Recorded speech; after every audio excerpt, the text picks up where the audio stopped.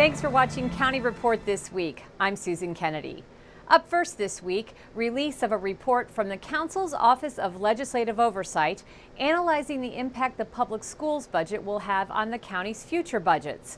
As council members tell us, the report contains information that has raised concerns at several levels. I think what OLO did for the council today was to give us a snapshot into decisions that were made by the Board of Education. It's really hard when you're just looking at numbers. You need to know what is meant behind those numbers. And so they laid out lots of ways that the Board of Education could have reached other conclusions or made other decisions. Well, two things. I hope that, again, the state legislature over time will consider the unintended consequences of locking us in maintenance of effort the way in which it has. We are historically and continue to want to be very generous to our school system. Our school system is so terribly important to us, but the rigidity of the law now is such that we're going to have to be more conservative in terms of meeting our maintenance of effort or exceeding our maintenance of effort, more importantly. With less than 3 weeks to Election Day, the county's Board of Elections is urging voters to take advantage of the early voting that starts on Saturday, October 27th. Lorna Virgili has the details. Lorna?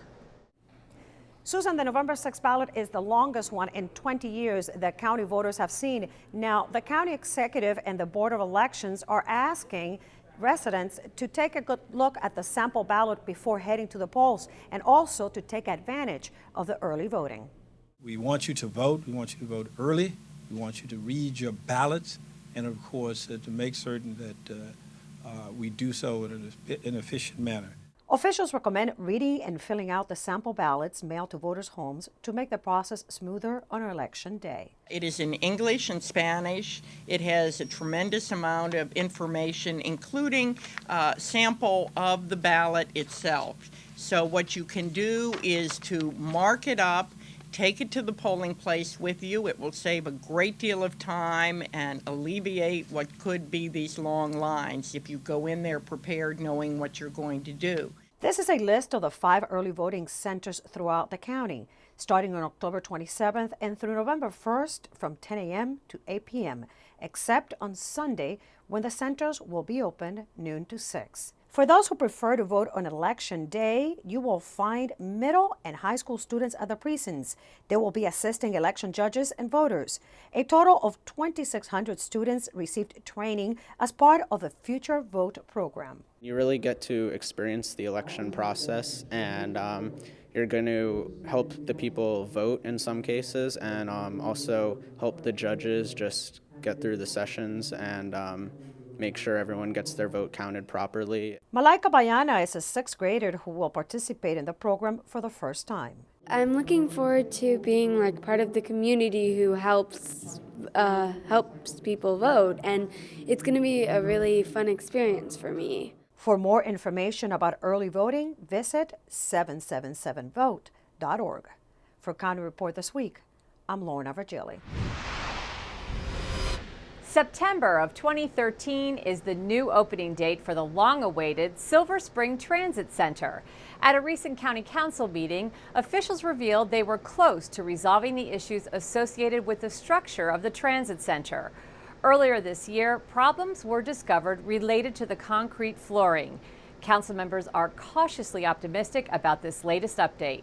And all I can say is we will be keeping a very close eye on this. This is a very complicated project. It's very important for the future of transit mobility in downtown Silver Spring. And also we're going to worry about, the reliability of the structure for years to come. Very expensive structure and very important. So we'll stay posted on this one. There's a new community going up in Gaithersburg, and local leaders and developers recently gathered on the site for an official groundbreaking ceremony. MyMC Media's Sonia Burke reports. I'm standing on the Crown site where construction's underway on the newest commercial and residential development in Gaithersburg. Local officials, developers, and business leaders gather for an official groundbreaking ceremony at the Crown community, where the first phase of construction is now underway for apartments, townhouses, and retail space on 182 acres of land off Fields Road in Gaithersburg. Today is not just a special day because we begin construction on downtown Crown, but because we launched Crown. We were delighted to see roads, sidewalks, and buildings now under construction, creating a walkable, highly livable community filled with amazing residential, dining, and entertainment options. This new downtown will feature 260,000 square feet of shopping, and we've seen it in the display before you here. Anchored by Harris Teeter, LA Fitness, and 540 multifamily units. Developers were excited to announce some new restaurants are coming to Crown as well. We have 6 new restaurants joining downtown Crown, and most of them are new to Montgomery County. Coastal Flats, Asia 9, Roti Mediterranean Grill, La Madeleine French Bakery, Lime Fresh, and we are pleased to welcome La Tagliatella. The community's location, near the Great Seneca Science Corridor, is considered to be key. It's in the heart of the county. It's accessible. You can get any place on the Intercounty Connector from 270, and the surrounding community and being part of Gaithersburg, I think, is really important. This is a bigger place, more centrally located. It's right next to the Washingtonian Rio, which has been very successful for us, and now it's just an extension of this whole area that we've been trying to develop. So there's not a new homes. There's going to be a new school here someday. Commercial, it'll be multifamily. We'll have a stop for the light rail or a bus, whatever it happens to be. So this is really going to be an exciting place to live. A grand opening for downtown Crown is expected to occur in 2014. Montgomery County Public Schools students got a chance to voice their ideas and concerns during Superintendent Josh Starr's Student Town Hall meeting. MCPS TV has the story. At Northwest High School in Germantown, the school week started with a special event as more than 100 students participated in Superintendent Josh Starr's first Student Town Hall meeting of the school year. The Student Town Hall meetings are an opportunity for Dr. Starr to talk with students about issues that are important to them. John Manis, the student member of the Board of Education, moderated the event. How do you feel about our increasing reliance on standardized testing? So, great question, Audra, about standardized tests. Students asked questions about a variety of concerns to include exams, homework, and online learning. It's just a great opportunity for us to engage with our kids and hear about what's on their mind. Our kids are thoughtful, they're smart, they know a lot about what's going on, and I love to be able to answer their questions, and also just hear what they have to say. I like being able to ask Dr. Starr a question and being able to hear his answers and his opinions on the questions the other students had. I think it's important for Dr. Starr to take time out of his schedule to come into schools around the county, actually talk to the students, and to listen to their problems and their issues they have within their schools. The buzz about the town hall continued during lunch as the student participants shared pizza and their thoughts. Dr. Starr is hearing firsthand from our kids what they need, whether it be academically, whether it be about the arts, whether it be about sports. It's things that he needs to hear because our kids know best what they need. It was a great experience. I learned so much. I really like how Dr. Starr talked about standardized testing and also college applications. I would say it's a very cool thing. I'm going to follow him on Twitter, I think, when I get home. 5 additional student town hall meetings will be held this school year, with the next meeting slated for November 14th at Albert Einstein High School. 5 more student town halls will be held, with the next one slated for November 14th at Albert Einstein High School. All middle and high school students can participate by submitting questions or comments in advance via Twitter using #StudentTownHall or by sending an email to pio@mcpsmd.org. Still to come on County Report this week, the county unveils a new vending machine that offers alternatives for the health conscious. And students at Montgomery College learn about how to promote peace building and conflict management. On Rockville 11's Bridget Breuer, coming up next, we'll tell you about an award the city received that has to do with getting around on 2 wheels. When County Report this week continues. Save time on Election Day. Vote between October 27th and November 1st at one of 5 early voting centers in Montgomery County. Hours are 10 to 8, except Sunday when hours are noon to 6. Early voting centers are located at Bauer Drive Recreation Center, Germantown Recreation Center, Praisner Recreation Center, Executive Office Building, and Silver Spring Civic Building. Visit 777vote.org during the early voting period for wait time information. You choose the location and date. Remember, your time, your voice, your vote. Welcome back to County Report This Week. According to recent data, over half of all adults living in Montgomery County are overweight or obese, and nearly 4 out of every 10 children are also in that category. In an effort to step up obesity prevention, officials have unveiled the first vending machine to offer healthier choices in a county government building. What we are attempting to do today is to provide some choices for our workers and our visitors so that we can at least address from the food standpoint of view for those who are eating on the hurry and trying to grab a bite here and there, that there are in fact healthy choices that have been made. So yes, we're just talking about one vending machine here today, but it's a much larger issue than that. The role that healthcare costs play in determining our own destiny, in looking forward to our own future, in sending a message that we want a long and healthy life and a productive life for our employees, and that we do indeed care about our employees, that as a manager, the health and the wellness and the good feelings and the long life of our employees matters to us as a government. Joining us now is Captain Paul Starks from Montgomery County Police, here to tell us about an incident that took place at Northwood High School. Captain, thanks for joining us. What can you tell us about this situation? Susan, this is a case where tragedy was averted. There was good communication between police and school administration, and ultimately the suspect was arrested. On Monday, October 15th at about 11 a.m., 3rd District officers and fire rescue personnel responded to Northwood High School for the report of a student stabbed. A 15-year-old male student was transported by fire rescue to a local hospital for a puncture wound in his upper leg. A lookout was placed. The suspect, an 18-year-old student, was arrested about an hour later. Investigation has determined that these two students knew of each other. There had been a confrontation the week before, and this was part of that ongoing conflict between the two. The next night, on the 16th, 3rd District officers addressed the PTA meeting at Northwood High School and answered parents' questions and concerns. So this seems to be an isolated incident and the other young man is fine. How about the suspect? Has he been charged? Yes, he's been charged as an adult with 1st and 2nd degree assault and possessing a weapon on school property.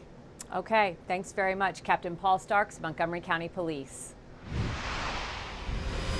Recently, Montgomery College celebrated International Peace Day by hosting David Smith from the U.S. Institute of Peace as guest speaker to the students. Established in 1981, the world recognizes the 3rd Tuesday of September as the International Day of Peace. David Smith, from the U.S. Institute of Peace, spoke to Montgomery College students recently about the Peace Initiative and peace building. Because community colleges are so diverse today, there are so many different intentions that people have in coming to community colleges. And not every community college is diverse as MC, but increasingly community colleges are getting that diverse, that they are then ideal places to teach about the struggles of the oppressed. Montgomery College's Peace and Justice Studies program provides the diverse student population at MC with new learning opportunities that focus on peace and justice. Our mission is to teach peace, to try to figure out ways how we can put peace in all of our different courses. We're just a group of really dedicated people that keeps growing because so many of us are really interested in peace and teaching it and having our students participate in it. The basis really is like to start communicating, put the arms down, no fighting, just hear each other out, listen. And it's really key to,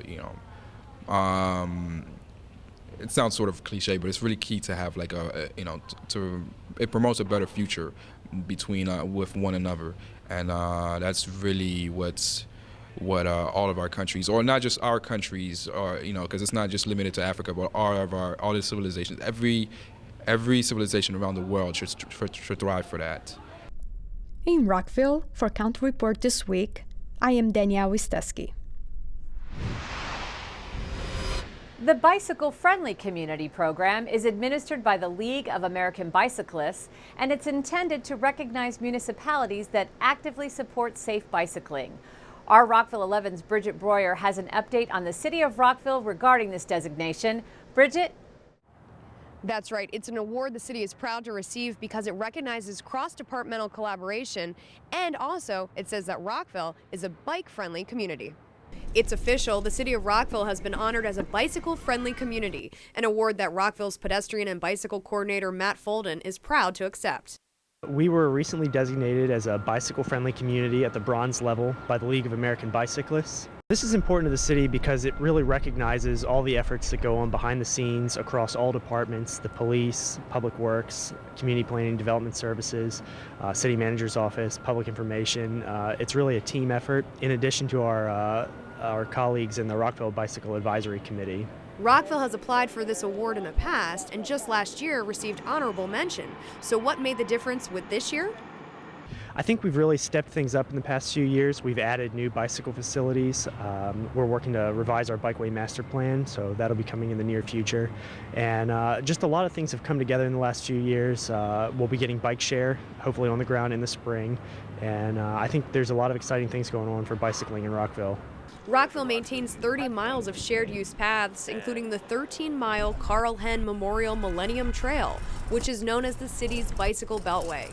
Folden's message to Rockville cyclists when they see the new signs: they should be proud of bicycling in Rockville and just know that for every mile of bike lane that they see on the road, there's a lot of work going on with development review, with enforcement and education efforts, and just be proud to bike around Rockville. To learn more about biking in Rockville, go online to rockvillemd.gov and search bicycling. Up next, local resident Mark Shriver talks to some residents about his recent memoir of his father, Sergeant Shriver. And a behind-the-scenes look at the training of some of this county's hardest working Crime Stoppers, when County Report This Week continues.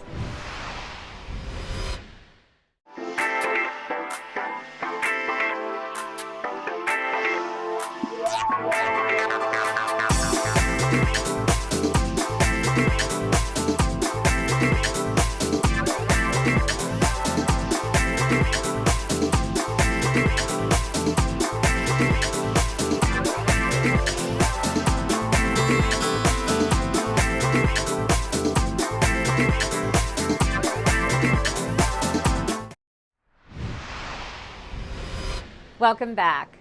Montgomery County resident Mark Shriver has written a best-selling book about his extraordinary dad, Sergeant Shriver. The first-time author recently visited the Bethesda Library to share his story, A Good Man Rediscovering My Father, Sergeant Shriver, with local readers. MyMC Media's Sonia Burke reports. The son of the late Sergeant Shriver and Eunice Kennedy Shriver said he wrote the book for himself. I wrote it to try to figure out, again, how a guy could be the creator of the Peace Corps, start the war against poverty, Head Start, Legal Services for the Poor, Job Corps, yet still be happily married for 56 years, raised 5 kids, all of them love him, and I wanted to figure that out for myself. For over an hour, the former Maryland legislator shared personal stories about his dad and answered questions from the Bethesda crowd. We have a great interest in the Shriver family, having served in the Peace Corps, and we're just fascinated to spend some time with him and to hear what he had to say about his dad. And I think Mark Shriver really epitomized through his father the value and the abiding value of public service. It's just a fascinating book, and it's so neat that a lot of it plays out locally. Over the years, Shriver said his dad wrote him countless letters. He described his dad as a prolific reader and writer who began each day at Mass. He believed that every moment was a gift from God.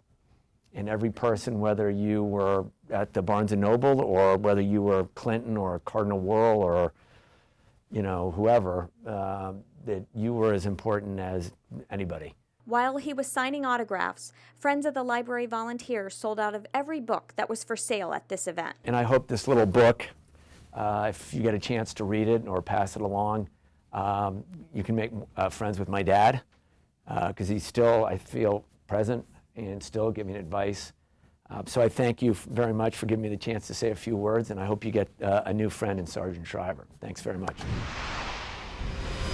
On October 11th, the Montgomery County Office of Human Rights hosted a luncheon to honor the 8 nominees for the 2012 Human Rights Hall of Fame. Here's James Stowe and Tina Clark to tell you a little bit more. We are excited about the upcoming Hall of Fame event, 2012 version. This represents a chance for us to recognize persons throughout our county who have done extraordinary things throughout their life. We send out throughout the community, first of all, the call for nominations, and so that's the easy part. The tough part is once they come in, trying to figure out how you recognize just a few people out of those who are so deserving. 2010 was a great year. 2012 is an even better year. We have really top-notch nominees. And so it's our chance to say thank you, our chance to say job well done. And we're really looking forward to inducting some of those nominees into the Hall of Fame. The 2012 Human Rights Hall of Fame induction ceremony will be held on Sunday, October 28th from 3 to 5 p.m. at the Black Rock Center for the Arts in Germantown. For more information, contact the Office of Human Rights at 240-777-8450. Local residents are invited to make plans to give a few hours of their time to the community by joining family, friends, neighbors, fellow students, and co-workers during Community Service Week, which kicks off on Monday, October 22nd and runs through Sunday, October 28th. Many of the available service projects provide middle and high school students with the opportunity to earn student service learning hours. And we have park cleanups going on, weed pulls are a big thing that are happening. MANA is doing their food drive. It's going to be on the 27th and 28th. They'll be located at the Giants around Montgomery County. So they need volunteers to come and basically work at the Giants and help collect the food. You can visit with clients at group homes, spend a day with them. One organization's putting on a play. Their clients are in a play, and so they need people to help assist on the day of. There's lots of different things that you can be involved with. Service projects are posted on the Volunteer Center's website at montgomeryserves.org, or you can call 240-777-2608 for more information. There are many canine units in Montgomery County, and the Sheriff's Department has one of those units. There is a special relationship between the police officers and their canine partners, and it gives the county's law enforcement agencies a way to take a bite out of crime. Our videographer Mike Springer spent an afternoon with these crime fighters.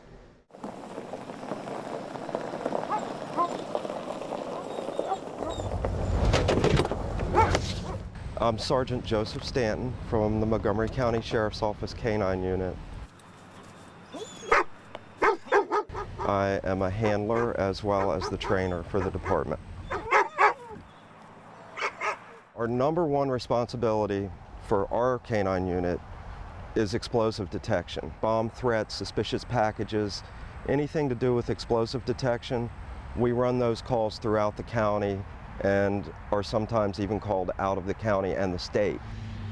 Each one of our cars are equipped with some really special equipment, one of them being a remote door opener so that if I'm out of the car on a traffic stop or whatever it might be and I end up in trouble and I can't get back to my car, I can release the dog to come to me to help.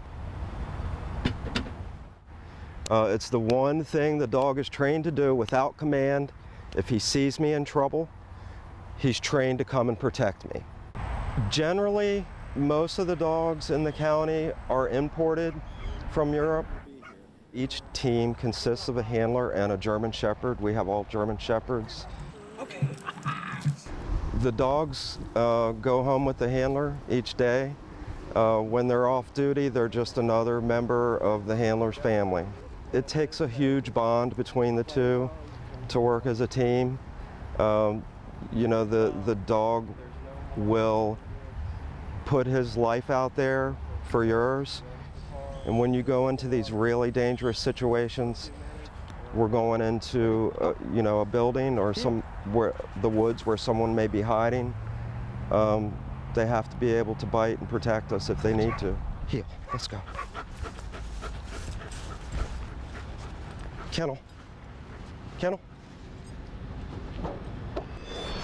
When we come back, the council will recognize Breast Cancer Awareness Month.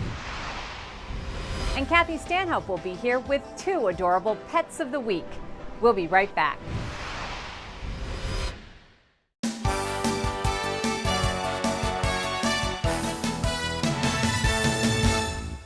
How can more men of color graduate? That's the topic of a presentation in Montgomery College on October 29th. Learn all about the origins, goals, and benchmarks of the National Completion Agenda, a program established by the White House and key educational leaders. Last spring, MC student Mandy Merkel took a CPR class at the college, and when her boyfriend went into cardiac arrest, the skills she learned helped save his life. She's written about it in her blog. Check out her blog and all the other student blogs online. Congratulations to the Tacoma Park Silver Spring campus math team for winning the Cumberland Valley Math Modeling Challenge. Denning Achidi, Luke Bittner, and Mario Mondel solved a challenge related to the world's shrinking food supply. For more information about the endless possibilities at your community college, visit our website.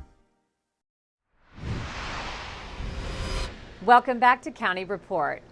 October is officially Breast Cancer Awareness Month, and council members took time to recognize this with a proclamation from Councilmember Nancy Florine. A breast cancer survivor herself, Florine has made it her goal to encourage all women to get their mammograms. We all have friends and family who are diagnosed on a pretty regular basis now.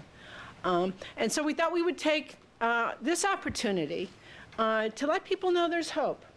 There's support, there are friends. This county has made every effort to let people know, people who've been diagnosed, that there are opportunities for support, for answering questions, for addressing these personal crises in the night that so many women have these days. It's obviously kind of bittersweet to be here. I think that the positive aspect of this is that it's so important to let women know that there is help, that there are support systems that mean so much, from the very small, whether it's the delivery of a meal to a massage or, you know, a coupon for a new wig, to knowing that there are people that understand and speak your language as you're going through this. It's truly, truly important, and very important to make sure that you have your mammogram, and very important to make sure that you're very active and you're an advocate for your own health. It's time for a Pet of the Week segment, and this week, Kathy Stanhope has 2 cute bunnies who need a good home. Hi, this is Kathy Stanhope at the Montgomery County Humane Society with 2 special little fur critters here. This is Lasagna and Linguini, and they are a black and white rabbits. They are very, very sweet. They're just about 1.5 years old, and if you are looking for a pet that just likes to cuddle, these are the animals for you. They are brothers. They have lived their whole life together, and they're in the same cage here at the shelter. We would love to adopt them together, but it's not necessary. I mean, we can adopt them separately, but they are bonded and they do love each other, as you can see the way they're all curled up with each other now. But rabbits are fairly easy. They're so nice. These 2 guys are very personable. They don't bite, they don't scratch. They love dogs, they love kids. I don't know how well they get along with cats, but they do like dogs and kids. And they love each other, and they would love to love you. Rabbits are very easy to keep. You just need a container, some carrots, a little hay, a little grass. They're really not hard to take care of, and they make wonderful, wonderful pets. So if you have someone who's maybe allergic to cats or dogs, you might want to try a bunny, because they are great, great animals to have in your house. And they can be litter trained, so you can have a little box in the corner, and they can be taught to go there. So come on down and see our little bunnies here at the shelter. And remember, we have every type of animal. Don't just think of the shelter for dogs and cats. We not only have rabbits like these 2, we have guinea pigs and hamsters and gerbils. We have snakes, we have birds, we have the occasional goat or chicken. Any kind of animal you're looking for, please check the shelter first, because you'd be doing so good. You're giving an animal a home, and you're not encouraging breeders to breed more animals, so many animals just really need homes. Come to the shelter and check out what we have, because we have a lot of people here who are willing to give you a lot of advice too. So give us a call at 240-773-5967, or visit these little bunnies and all the dogs and cats and other animals we have on the web at mchumane.org. Well, that does it for this edition of County Report This Week. Be sure to tune in again next week for a look at what's going on inside Montgomery County. I'm Susan Kennedy. Have a great week.